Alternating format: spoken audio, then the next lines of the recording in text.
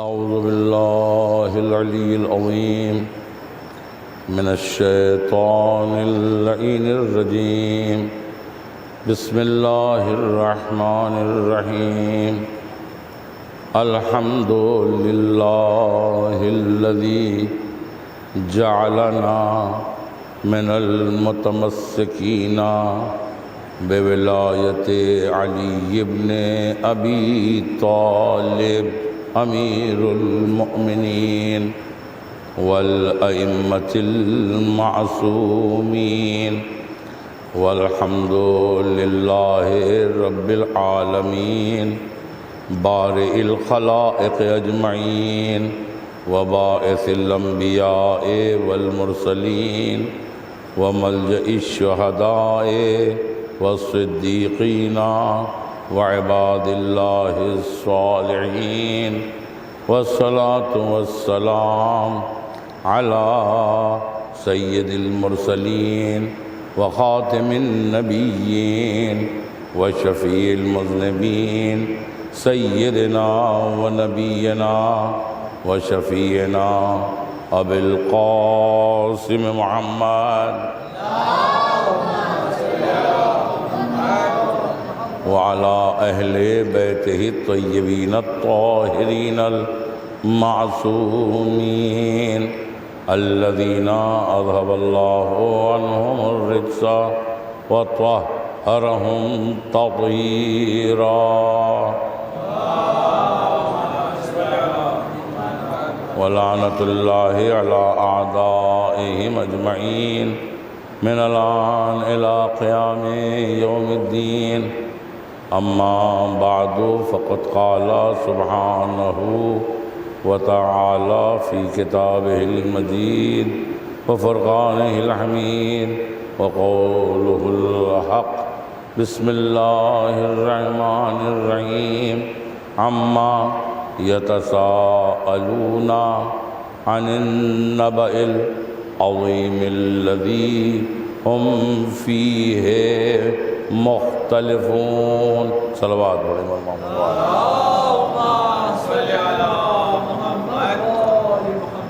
عزیزان گرامی، سورہ نبا کی پہلی آیت عنوان کلام ہے اور موضوع ہے مقصد کربلا بقائے ولایت۔ ارشاد رب العزت ہے کہ لوگ ایک دوسرے سے سوال کرتے ہیں نبأ عظیم کے بارے میں، بڑی خبر کے بارے میں، اور اسی میں یہ لوگ اختلاف بھی کرتے ہیں، سوال بھی کرتے ہیں اور اختلاف بھی کرتے ہیں، کیونکہ ان کو نہیں پتہ کہ نبأ عظیم کیا ہے۔ انہیں کسی نے کہہ دیا کہ نبأ عظیم سے مراد قرآن ہے، کسی نے کہہ دیا نبأ عظیم سے مراد صراط ہے، کسی نے کہا نبأ عظیم سے مراد نماز ہے، کسی نے کہا نبأ عظیم سے مراد حج ہے۔ یعنی ان کو نہیں پتہ، یہ ایک دوسرے سے سوال کرتے ہیں اور جب صحیح بات بتائی جاتی ہے تو اس میں اختلاف کرتے ہیں۔ جب ہم نے چھٹے امام سے پوچھا کہ آپ بتائیے نبأ عظیم سے مراد کیا ہے، تو فرماتے ہیں نبأ عظیم سے مراد امیر المومنین علی ابن ابی طالب علیہ السلام۔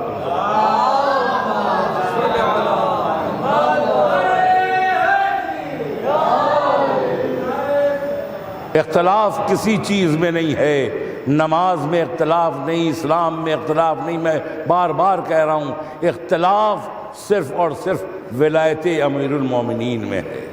یہی تو وجہ ہے کہ 73 فرقوں میں 72 فرقے اس ولایت کے اوپر نہیں چلتے، ولایت کو نہیں مانتے، علی سے محبت نہیں کرتے، جبکہ غدیر خون کے میدان میں کوئی الگ الگ کوئی فرقہ نہیں تھا، رسول تھے اور اسلام کے ماننے والے تھے۔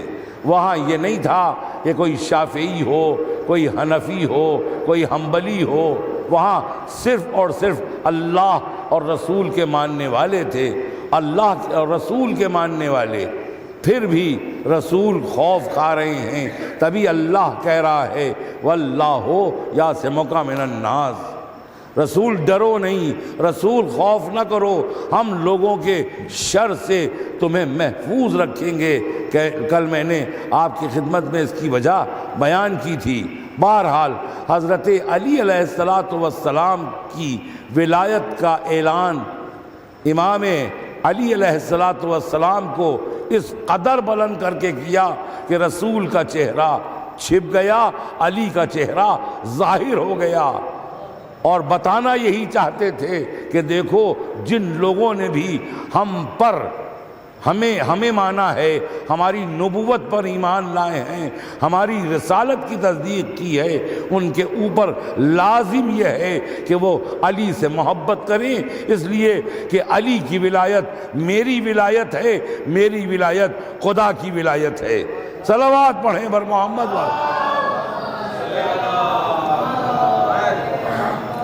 حضرت علی علیہ السلام کی جب ولایت کا اعلان ہوا، اس سے پہلے پیغمبر نے ایک خاص جملہ عنایت فرمایا کہ بارگاہ الہی سے ایک خاص پیغام آیا ہے کہ بلال سے کہو کہ وہ حیا علی خیر العمل کہہ کے لوگوں کو بلائیں۔ تو بلال نے حیا علی خیر العمل، چونکہ مؤذن اسلام تھے، حیا علی خیر العمل کہہ کے لوگوں کو بلایا۔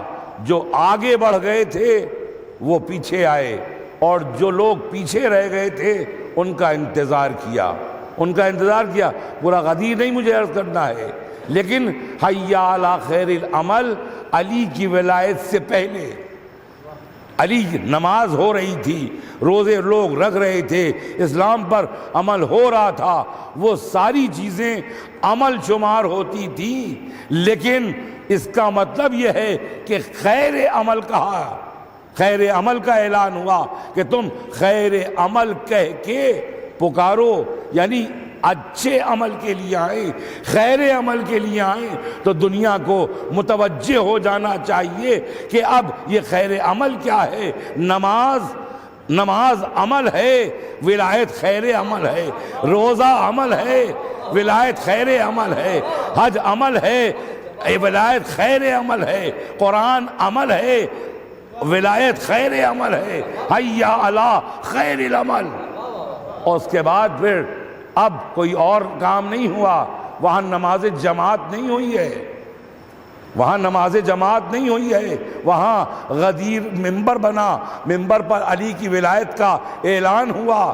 ہم ادھورا اعلان پڑھتے ہیں لیکن مکمل اعلان ہوا، من کنتو مولا ہو فہذا علی مولا، اللہم والے من والا وعاد من عادا وانصر من نصرا واخذل من خذلا۔ صلوات پڑھیں بر محمد یعنی جس کا میں مولا اس کے یہ علی مولا۔ چہرہ رسول نے چھپا دیا اپنا، علی کا ظاہر کر دیا، اور یہ بھی کہا جو اے اللہ دعا کر رہے ہیں جو علی سے محبت رکھے تو بھی اس سے محبت رکھنا، جو علی کو دشمن رکھے تو بھی اسے دشمن رکھنا، اور جو علی کی مدد کرے تو بھی اسی کی مدد کرنا، اور جو علی کو معاذ اللہ، میں وہ جملے نہیں کہہ سکتا، جو رسوا کرنے کی کوشش کرے تو بھی پروردگار اسے رسوا و ذلیل کر دینا۔ اے صلوات پڑھیں بر محمد وآل۔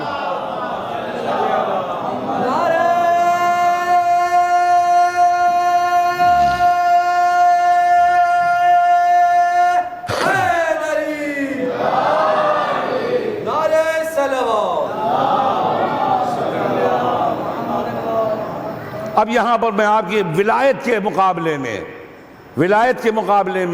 محبت علی کے مقابلے میں، محبت ائمہ کے مقابلے میں، آپ دیکھیے چھٹے امام فرما رہے ہیں کہ اے میرے چاہنے والوں یاد رکھنا، ہوشیار رہنا کہ ولایت کے مقابلے میں ہمیشہ لوگ عبادت کو لائیں گے۔ چھٹے امام کا ارشاد ہے کہ ہوشیار رہنا، ایک زمانہ وہ آنے والا ہے کہ ولایت کے مقابلے میں عبادت کو لایا جائے گا، فضائل کے مقابلے میں نماز کو لائیں گے، زیارت کے مقابلے میں حج کو لائیں گے، تبرک اور مجلس اعضا کے مقابلے میں غریبوں کی مدد کو لائیں گے۔ ہوشیار رہنا، آج وہ زمانہ آ گیا ہے، آج وہ زمانہ آ گیا ہے جب مجلس میں فضائل پڑھے جاتے ہیں تو لوگ کہتے ہیں آپ نماز کی بات کیوں نہیں پڑھتے، نماز کی اہمیت پہ روشنی کیوں نہیں ڈالتے؟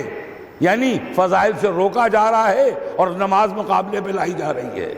جب ہم زیارت پہ جاتے ہیں وہ کہتے ہیں وہ تو مستحب عمل ہے، حج واجب ہے، حج کرنے کے لیے جائیے، جبکہ ہمارے علماء نے، بعض علماء نے زیارت امام حسین کو بھی واجب قرار دیا ہے۔ حج اپنے مقام پر ہے، حج واجب ہے، جیسے نماز واجب، روزہ واجب، حج واجب، حج ہمیں کرنا ہی ہے۔ زیارت امام حسین سے مقابلہ کیا جاتا ہے، حج پہ پہلے جائیے، زیارت پہ بعد میں جائیے گا۔ اسی طرح سے جب ہم تبرک بانٹتے ہیں، مجلس کرتے ہیں، فرش عزا بھی چاہتے ہیں تو کہا جاتا ہے کہ غریب ہیں بہت، ان کی مدد کیجئے، ان کا سہارا بن جائیے، فلاں بیوہ ہیں۔ ارے بھیا، مجلس حسین اور تبرک حسین کو روک کے نہیں، الگ سے انتظام کیجئے۔ صلوات پڑھیں بڑی محمد و آل محمد۔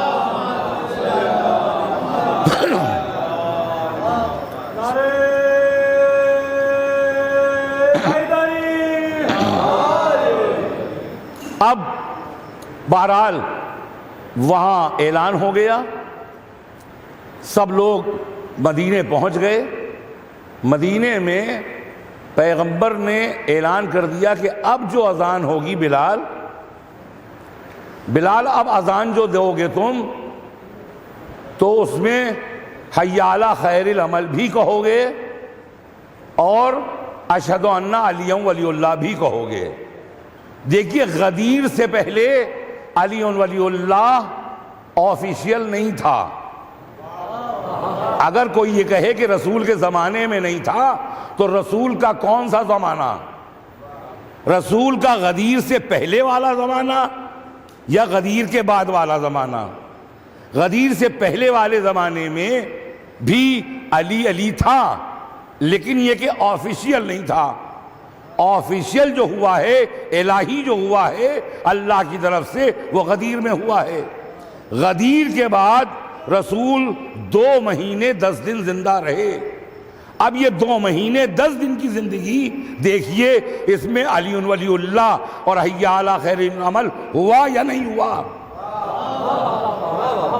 اب ہم نے دیکھا اور ہمارے پاس دلیل بھی ہے، رسول نے حکم دے دیا تھا۔ کچھ لوگ جو حج میں اس وقت موجود نہیں تھے، یمن میں تھے یا کہاں تھے، وہ جب واپس آئے تو انہوں نے بلال کو اذان کہتے سنا۔ بلال نے اشہد ان علی ولی اللہ پڑھا، اشہد ان محمد رسول اللہ کے بعد، پھر حی علی الصلاۃ کے بعد حی علی خیر العمل پڑھا۔ تو یہ لوگ چکرا گئے جو حج میں آخری موجود نہیں تھے، بعد میں آئے۔ جب یہ اذان سنی بلال سے اور ابو ذر سے اقامت بھی یہی سنا۔ ابو ذر مؤذن نہیں تھے، وہ وہاں پہ نماز رسول کے پیچھے کھڑے ہو کے اقامت کہتے تھے، تو اقامت میں ابو ذر کہتے تھے اور اذان میں جناب بلال۔ تو جب ان لوگوں نے کہا تو یہ پریشان ہوئے، رسول کے پاس آئے، کہا یا رسول اللہ، یہ اضافہ کیسے، یہ اذان میں اضافہ کیسے ہو گیا، یہ علی کا نام کیسے آ گیا، یہ حی علی خیر العمل کیسے آ گیا؟ تو رسول نے غصے میں آگے کہا کہ کیا تم نہیں کہتے؟ کہا غدیر کے بعد سے لازم ہو گیا ہے علی ولی اللہ کہنا اور حی علی خیر العمل کہنا۔ تو 2 مہینے 30 دن مسلسل ہوتا رہا، لیکن جب شورا میں ثقیفائی حکومت بن گئی تو جو پہلا دور شروع ہوا تو سب سے پہلے مؤذن کو بلایا گیا۔ مؤذن کو بلایا گیا، بلال سے کہا کہ اب آج سے وہ اذان نہیں جو تم 2 مہینے 30 دن سے دیتے چلے آ رہے ہو، آج سے چینج ہوگی۔ وہی اذان جو پہلے دیتے تھے اب وہی دی جائے گی۔ اب سرکار بدل گئی ہے، اب سرکاری اذان، یعنی یہ والی اذان جس میں علی نہ ہو، حی علی خیر العمل نہ ہو۔ تو کہا یہ ہو نہیں سکتا، کہ میں اذان دوں اور اس میں اشہد ان علی ولی اللہ نہ کہوں، میں اذان دوں اور اس میں حی علی خیر العمل نہ کہوں، مجھ سے یہ نہیں ہو سکتا۔ میں بالکل رسول کے قول کو دیکھ کے جھٹلا نہیں سکتا، مجھے تو کہنا ہے۔ تو کہا اگر کہو گے تو پھر آج سے تمہیں ہم نکالتے ہیں، آج سے تم مؤذن نہیں رہے۔ کہا ہمیں یہ گوارا ہے کہ ہم مؤذن نہ رہیں، مگر اب ہم یہاں پر تاریخ کھنگال کی ایک بات کہیں گے کہ یہ جناب بلال وہ ہیں کہ جن کو انہی پہلے خلیفہ نے پیسے دے کے جب غلامی ختم کی جا رہی تھی ان کو آزاد کروایا تھا، جناب بلال کو آزاد کروایا تھا، تو ان کا احسان تو تھا۔ میں کہوں گا بلال مان جائیے بات، کچھ تو احسان کیا ہی تھا نا، آپ کو آزاد تو کرایا ہی تھا نا، لہذا ان کی بات مانیے آپ۔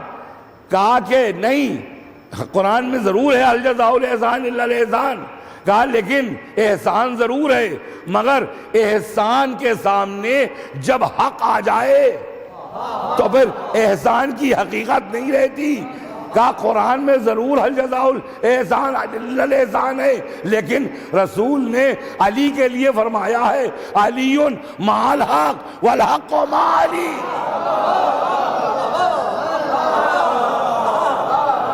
تو میں حق کو کیسے چھوڑ دوں؟ چلو بہت بڑے بڑے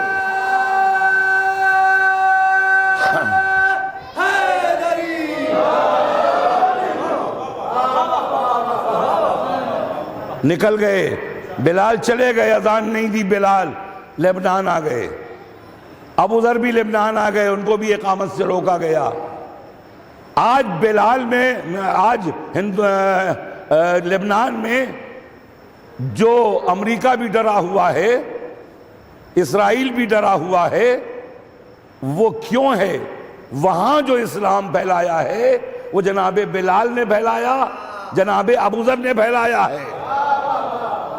تو یہ امریکہ یا اسرائیل لبنان سے نہیں ڈر رہا ہے، بلکہ علی کے اور ولایت کے غلاموں بلال اور ابو ذر سے ڈر رہا ہے۔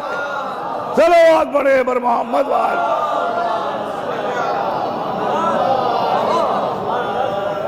تو عزیزوں، اختلاف چونکہ ولایت میں ہے، لہذا آج ضرورت اس بات کی ہے کہ ہم ولایت کے اوپر پڑھیں۔ اور ہمیشہ یاد رکھیے، یہ جتنے بھی ہوشیار بنتے ہیں لوگ، اگرچہ وہ ہوشیار نہیں، کیونکہ جو ولایت ہی نہیں وہ ہوشیار نہیں، ہو ہی نہیں سکتا، وہ بیوقوف ہے۔ اس لیے کہ جو ولایت کے مقابلے میں عبادت کو لاتا ہے تو وہ چاہتا ہے کہ ہم ٹکرا دیں، جبکہ اس کو پتہ ہی نہیں ہے کہ ولایت کے دامن ہی میں تو عبادت ہے، ولایت کے دامن میں عبادت ہے۔ صلوات پڑھیں بر محمد وآل۔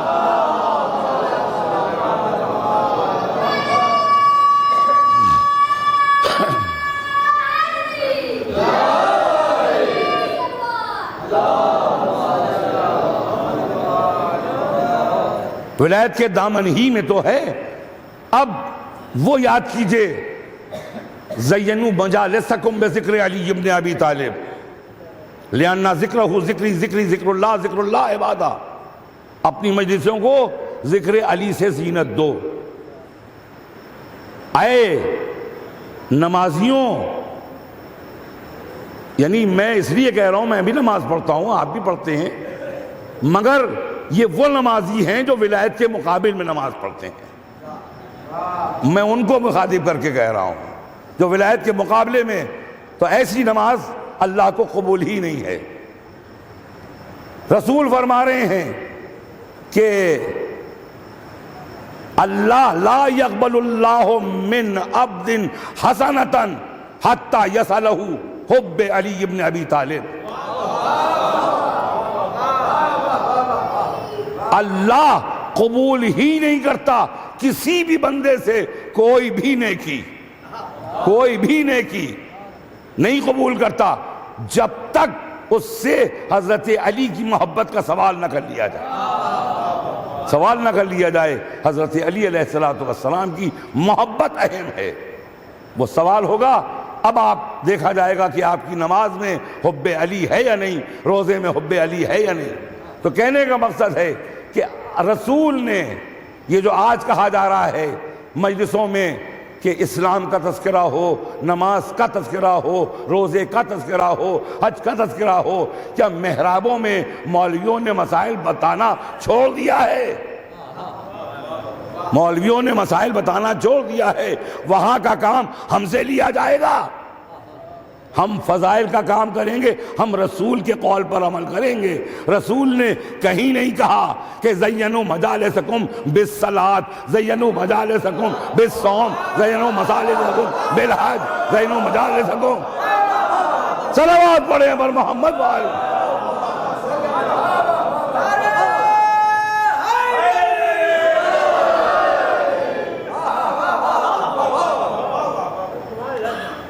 علی ہوشیار ہیں یا آپ ہوشیار ہیں؟ علی جانتے ہیں کہ صرف نماز کی بات کروں گا تو پھر دوسرا تذکرہ نہیں آ پائے گا، اگر صرف روزے کا حکم دوں گا مجلس میں تو پھر روزے ہی کا تذکرہ ہوگا، پھر کوئی دوسرا تذکرہ نہیں ہوگا۔ دیکھیں میں بات کیا کہنا چاہ رہا ہوں، اگر میں یہ کہوں گا کہ صرف حج کا تذکرہ کرو مجلسوں میں تو صرف حج کا تذکرہ ہوگا، پھر دوسرے تذکرے نہیں ہوں گے۔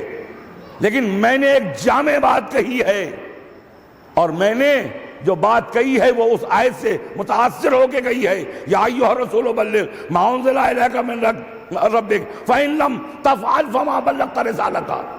اگر علی کی ولایت کا اعلان نہیں کیا تو آپ نے کار رسالت انجام نہیں دیا۔ تو علی نے وہاں سے متاثر ہو، رسول نے وہاں سے متاثر ہو کے حدیث یہ فرمائی کہ اپنی مجلسوں کو علی کے ذکر سے زینت دو۔ جس طرح سے ولایت کے دامن میں پورا اسلام آ گیا، ویسے ہی علی کے دامن میں سارا اسلام آ گیا۔ اب ذکر علی سے جو کہا کہ تم زینت دو مجلسوں کو، تو اپنے آپ نماز سے بھی زینت ہو جائے گی، روزے سے بھی زینت ہو جائے گی، حج سے بھی زینت ہو جائے گی، قرآن سے بھی زینت ہو جائے گی۔ صلوات پڑھیں پر محمد وآلہ۔ بس عزیزان گرامی زیادہ عرض نہیں کرنا ہے، بس آخری کلمے میں حضرت علی علیہ السلام کے ہم فضائل جب بیان کرتے ہیں، ہم سے مراد جو خطبہ ہیں، کچھ بکرات خطبہ ہیں جو کہتے ہیں کہ نہیں یہ سب نہیں، بس دین کچھ کام کی باتیں پڑھیے، ان کو مولا علی کی باتیں کام کی باتیں لگتی نہیں ہیں، جبکہ اس کے بغیر کوئی کام کی بات ہوتی نہیں ہے۔ اب سنیے، ہمیں جو کہا جاتا ہے، آج ہمیں فضائل علی پڑھنے کی وجہ سے کہنے لگے یہ غلو کرتے ہیں۔ کتنے خطبہ کو پاکستان میں غالی کہہ دیا گیا، آج ہمیں بھی یہاں کہا جا رہا ہے، مگر ابھی ایسے لوگ بہت دب دب کے کہتے ہیں۔ اور اللہ ہم سب میں طاقت پیدا کرے ولایت کے چاہنے والوں میں کہ وہ پرچم ولایت کو بلند کیے رہیں۔ عزیزوں، تو یہ کہا جاتا ہے یہ غلو کرتے ہیں، یہ حد سے بڑھا دیتے ہیں۔ حد کیا ہے؟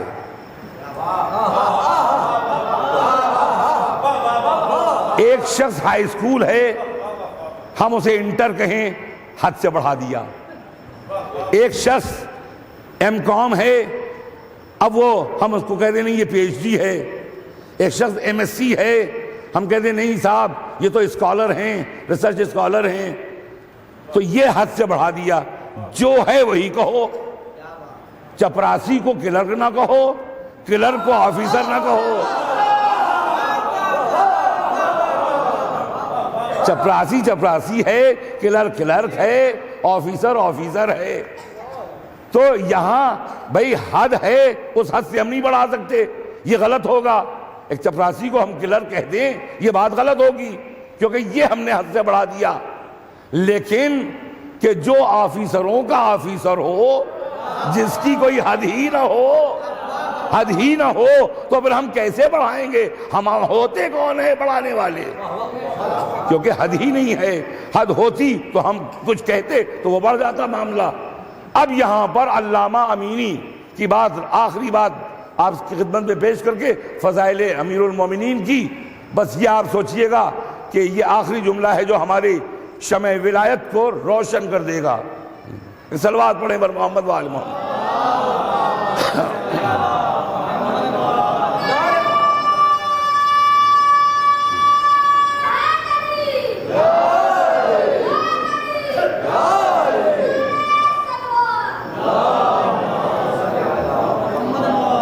علامہ امینی نام سنا ہوگا، صاحب الغدیر، حالانکہ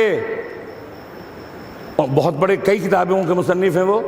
6 مہینے لکھنؤ لائبریری ناصریہ کتب خانے میں وہ 6 مہینے رہے، جناب آیت اللہ سعید الملت کے دور میں مہمان رہے، اور وہ نکلے ہی نہیں، صرف غدیر کے سلسلے میں وہ روایات ڈھونڈ رہے تھے، اور اباقات الانوار سے وہ بہت متاثر ہوئے، اور اس سے انہوں نے استفادہ بھی بہت کیا، اور انہی نے خود ایک کتاب لکھ دی الغدیر، یعنی جو اہل سنت حضرات کی روایات ہیں وہ سب انہوں نے ایک جگہ جمع کر دی غدیر کی فضیلت میں۔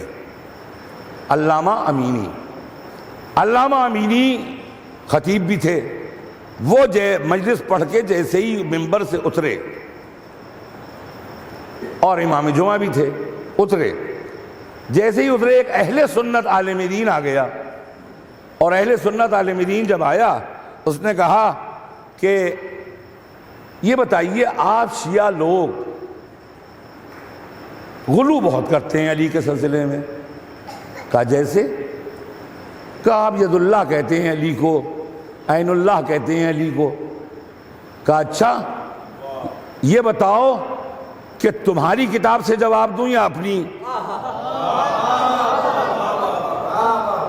کہا کہ میری کتاب سے دیجئے۔ کہا تمہارا راوی ہو یا میرا؟ کہا میرا راوی ہو۔ کہا اگر رسول کے بغل میں بیٹھنے والا کوئی راوی ہو؟ تو کہا کہ کون؟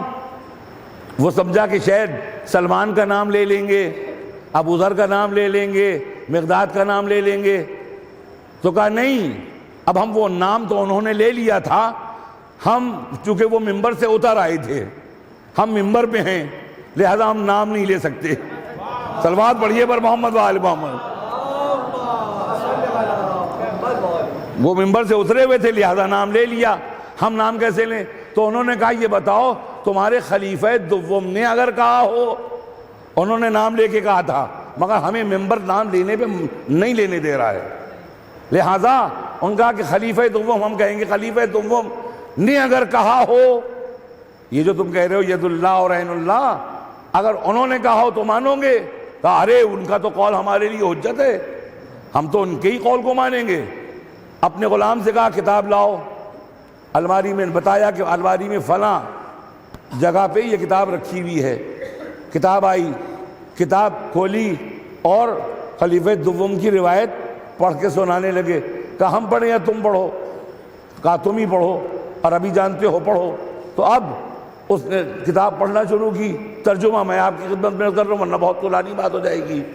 کہا کہ حج ہو رہا ہے، طواف کر رہے ہیں، حضرت علی بھی طواف کر رہے ہیں، یہ وہ بیان کر رہے ہیں خلیفہ دوم، حضرت علی بھی طواف کر رہے ہیں، ہم بھی طواف کر رہے ہیں، مسلمان بھی طواف کر رہے ہیں۔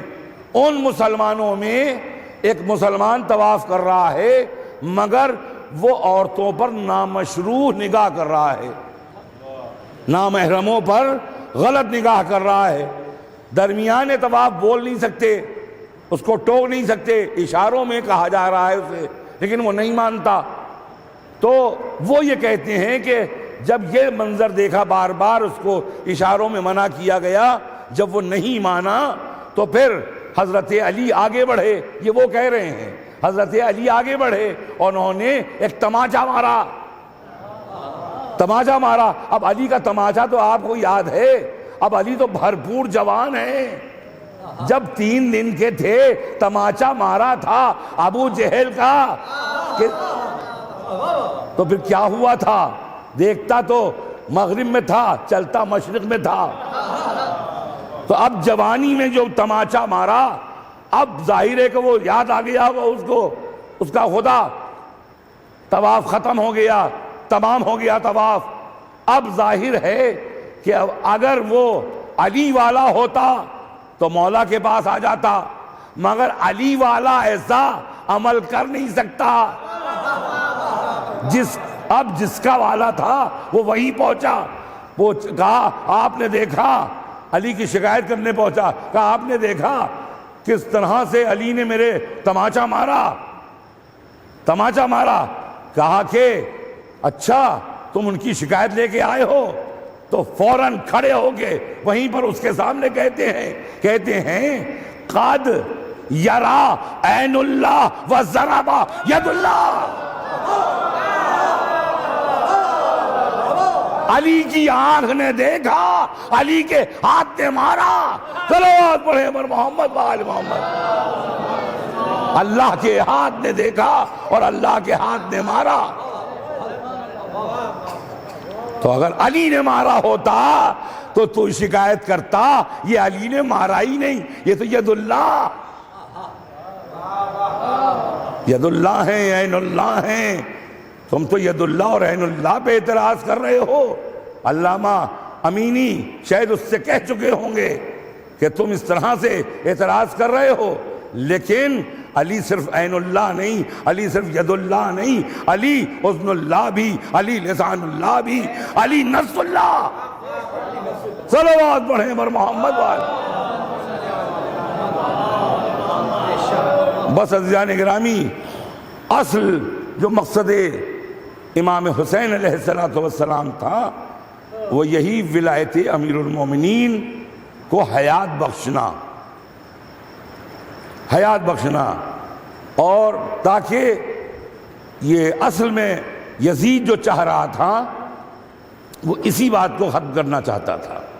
یزید یہ چاہتا تھا کہ مہر لگ جائے ایک امام کی، تاکہ جو ہم عمل انجام دے رہے ہیں وہ صحیح ہو جائیں۔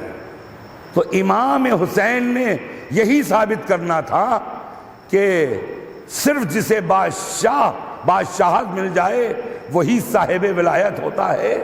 کہا نہیں، ہم بادشاہ نہ ہوتے ہوئے بھی صاحب ولایت ہیں، مالک ولایت ہیں، وارث ولایت ہیں، لیکن تو حکومت کے بعد بھی کچھ نہیں ہے۔ بتا دیا، بیعت نہ کر کے بتا دیا کہ دیکھو اصلی ولایت میرے پاس ہے، ہمارے پاس ہے، کیونکہ صرف یہ علی کی ولایت نہیں ہے، علی کی ولایت کے ساتھ ساتھ رسول کی ولایت بھی ہے، رسول کی ولایت کے ساتھ ساتھ اللہ کی ولایت بھی ہے۔ اس کی زندگی چاہتے تھے حسین کہ اللہ کی ولایت بھی باقی رہے، رسول کی ولایت بھی باقی رہے، اور حضرت علی اور ائمہ کی ولایت باقی رہے۔ چنانچہ پھر کسی سے بیعت نہیں لی گئی، سید سجاد کو اذیتوں تو پہنچائی گئی، قید خانے میں تو ضرور رکھا گیا، مگر بیعت نہیں لی گئی۔ سید سجاد کے ہاتھوں میں ہتھکڑیاں تو ڈالی گئی، پیروں میں بیڑیاں تو ڈالی گئی، لیکن بیعت نہیں لی گئی۔ عزیزان گرامی، میں نے مسلسل جناب سکینہ کا تذکرہ کر رہا ہوں، آج میں بتاؤں گا جناب سکینہ کو حسین لے کے کیوں آئے۔ جناب فاطمہ صغرا کو نہیں لائے، لیکن جناب سکینہ کو لائے، جبکہ سکینہ ان سے چھوٹی تھی۔ سکینہ کو کیوں لے کے آئے، میں آپ کی خدمت میں آج عرض کرنا چاہوں گا کہ سکینہ جو آئی ہیں، اور جناب سکینہ کے مصائب بھی سب سے زیادہ ہیں۔ جناب سکینہ جب کربلا میں تھی تو وہاں جو اذیتیں، راستے میں اذیتیں، پیاسی رہیں، پھر قید خانے میں آپ کی شہادت نے ایک انقلاب برپا کر دیا۔ لوگ کہتے ہیں کہ یزید کو ترس آ گیا تھا اس لیے ان لوگوں کو رہا کیا، نہیں، ایسا ہرگز نہیں ہے۔ جناب سکینہ کی شہادت سے ایک انقلاب پیدا ہو گیا تھا شام میں۔ جناب سکینہ روزانہ دروازے زندان پر آ کے شام کی عورتوں کو کربلا کی سناتی تھی۔ کبھی علی اکبر کے مصائب پڑھ کے سناتی تھی، کبھی علی اصغر کے مصائب، کبھی اپنے بابا کے مصائب، کبھی خیموں کا جلنا، کبھی خود اپنے تماچوں کا لگنا، کرتے کا جلنا، یہ سناتی رہتی تھی۔ ایک روز جب یہ شام کی عورتیں دروازے زندان پہ آئیں تو دیکھا کہ بچی نہیں ہے، سکینہ نہیں ہے۔ کربلا کی سنانی اب کس سے سنیں گے؟ آواز دیتی ہیں، اینا اینا سکینہ، سکینہ کدھر ہو؟ اندر سے آواز آئی، ارے جس سکینہ کے لیے آئی ہو وہ قید خانے میں گھٹ گھٹ کے مر گئی، ننھی سی قبر بن گئی۔ بیویاں زاروں قطار رونے لگیں، بیویاں تڑپ تڑپ کے روتی نہیں، یہاں تک کہ وہاں سے اب یہ اپنے گھروں میں آئی۔ گھروں میں آئی، سکینہ نے انقلاب پیدا کر دیا تھا، گھروں میں آ کے کنجیاں بند کر لی۔ رات میں جب ان کے مرد آئے تو کہا کہ ہم کنجیاں نہیں کھولیں گے، کنجیاں نہیں کھولیں گے، تمہیں پتہ ہے قید خانے میں سکینہ مر گئی، اگر اسی طرح یہ لوگ قید رہے تو کہیں شہزادی زینب نہ مر جائیں اور بیویاں نہ مر جائیں، قید خانے سے ان بیویوں کو رہا کراؤ، وعدہ کرو۔ مردوں نے وعدہ کر لیا، کنجیاں کھول لی۔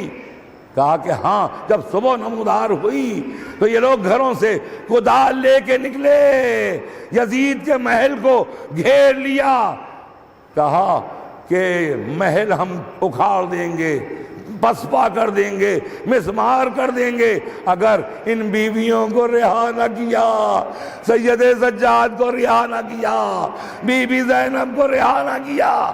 یزید پریشان ہو گیا کہ اب محل ٹوٹ جائے گا، خاک میں مل جائے گا، لہذا ڈرا، ان لوگوں سے کہا اب ہم ان کو رہا کرتے ہیں، تو ترس نہیں آیا تھا بلکہ ڈر گیا تھا۔ اب اس نے حکم دیا کہ سید سجاد کو بلایا جائے۔ سید سجاد کو بلایا گیا، سید سجاد دربار میں پہنچے، ہتھکڑیاں بیڑیاں کاٹی گئیں اور اس کے بعد کہا تم یہاں رہو گے یا مدینے جاؤ گے؟ تو کوئی جواب نہیں دیا کہ پھوپھی اماں سے پوچھائیں۔ وہاں سے چلے، آہستہ آہستہ چلے، چلتے چلتے خیمے جو ہے قید خانے کے دروازے پہ پہنچ رہے ہیں۔ جناب زینب دعا کے لیے ہاتھ کو بلند کیے ہیں، کہہ رہی ہیں کہ پروردگار میرا بھتیجا زندہ سلامت آ جائے، زندہ سلامت آ جائے۔ اب جو نظر پڑی سید سجاد پر، زاروں قطار رونے لگی، زاروں قطار رونے لگی۔ میں کہوں گا اے شہزادی زینب اب کیوں رو رہی ہیں؟ اب تو آپ کا بھیا آزاد ہو گیا، اب تو سید سجاد کے ہاتھوں میں ہتھکڑیاں نہیں، بیڑیاں نہیں، لیکن گریہ بڑھتا جا رہا ہے، یہاں تک کہ سید سجاد کا ہاتھ پکڑا، قید خانے میں آہستہ آہستہ لے کے چلی، ننھی سی قبر سکینہ کے پاس لے کے آئی۔ سکینہ تم جب یہ پرندے جاتے تھے تو یہی کہتی تھی نا کہ یہ کہاں جا رہے ہیں؟ ہم تم سے کہتے تھے یہ وطن جا رہے ہیں تو تم یہی کہتی تھی ہمیں وطن جانا کب نصیب ہوگا؟ ارے لو تمہارا بھیا آزاد ہو گیا، ہم وطن جا رہے ہیں، سکینہ اٹھو۔ بس عزیزوں، عزیزان گرامی، اس کے بعد زارو قطار سید سجاد بھی روئے، بیویاں بھی روئیں، اس کے بعد پھر مکان خالی کرایا گیا۔ اب وہ پورے مصائب نہیں عرض کرنا ہے، مکان جو خالی کرایا گیا وہاں جو مجلس ہوئی، شام کی عورتیں آئیں، شام کی عورتیں آئیں، وہاں کی مجلس کا انداز الگ تھا، وہاں کی مجلس کا انداز الگ تھا۔ حسین کا سر آیا، بی بی زینب نے مصائب پڑھنا شروع کر دیے، علی اکبر کا سر آیا، ام لیلہ نے مصائب پڑھنا شروع کر دیے، جناب علی اصغر کا سر آیا، رباب نے گود میں لے کے مصائب شروع کر دیے، ام فروہ نے قاسم کا سر لے لیا، دو سر خان میں رکھے رہے، کوئی لینے والا نہیں ہے۔ شام کی عورتیں کہتی ہیں ارے ان کی ماں مر گئی، زینب نے مڑ کے دیکھا اونو محمد کے سر تھے، کہا کہ یہ نہ کہو کہ ماں مر گئی، ماں زندہ ہے، مگر میں اپنے ماں جائے پہ رہوں گی، ان پہ رونے والا مدینے میں ہے۔ بس آخری بات جانتے ہیں، ایک امام حسین کی جلی ہوئی مسند، خیمے میں جس مسند پہ آپ بیٹھتے تھے جلا ہوا چھوٹا سا قالین بھی آیا، سامان جو لوٹا گیا تھا۔ بس جناب زینب کہتی ہیں ام کلثوم سے کہ اس قالین کو اٹھاؤ، اس گھر میں ایک بلند مقام پہ رکھ دو۔ بلند مقام پہ رکھا، کہا کہ یہ کیوں کر رہی ہیں؟ کہا تمہیں تو معلوم ہے بڑے بیٹے کو تعزیت باپ کی دی جاتی ہے، ابھی تک ہم تعزیت نہیں دے سکے، میں چاہتی ہوں کہ اس مسند پہ بیٹھ جائے اور تم بیویاں تعزیت دو۔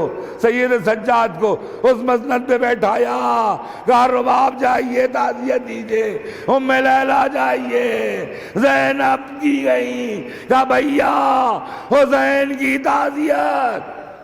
بس آخری جملے جانتے ہیں جو سامان آیا، اس میں ردائیں بھی آئیں، ردائیں آئیں، اس لیے کہ اب بڑی عزت کے ساتھ بھیجا جا رہا ہے، جاوے اور محمل بھی آئے ہیں۔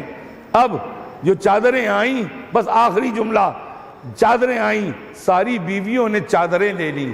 بی بی زینب نے پہچانا، اپنی چادر کو اوڑھ لیا، جناب ام فروا نے اپنی چادر اوڑھ لی، تمام بیویوں نے چادر اوڑھ لی، لیکن ایک خان نے ایک ننھی سی چادر، کوئی اوڑھنے والا نہیں۔ رباب آگے بڑھی، چادر کو اٹھایا، قید خانے کا رخ کیا، قبر سکینہ پہ سکینہ کی چادر کو ڈالا۔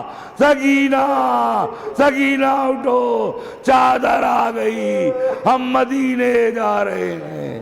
سیعلم الذین ظلموا ایام منقلب۔ پروردگار کوئی غم نہ دینا سوائے غم ذل و شہدائے کربلا، ہم سب کی جائز حاجتوں کو پورا فرما، جہاں جہاں صاحبان ایمان ہیں ان کی حفاظت فرما، جتنے لوگ یہاں دفن ہیں ان کی مغفرت فرما، تمام مومنین مومنات جہاں جہاں بھی مرحوم ہوئے ہیں ان کی مغفرت فرما۔ پروردگار امام زمانہ کے ظہور میں تاجیل فرما، ہم سب کو ان کے آوان میں شمار فرما۔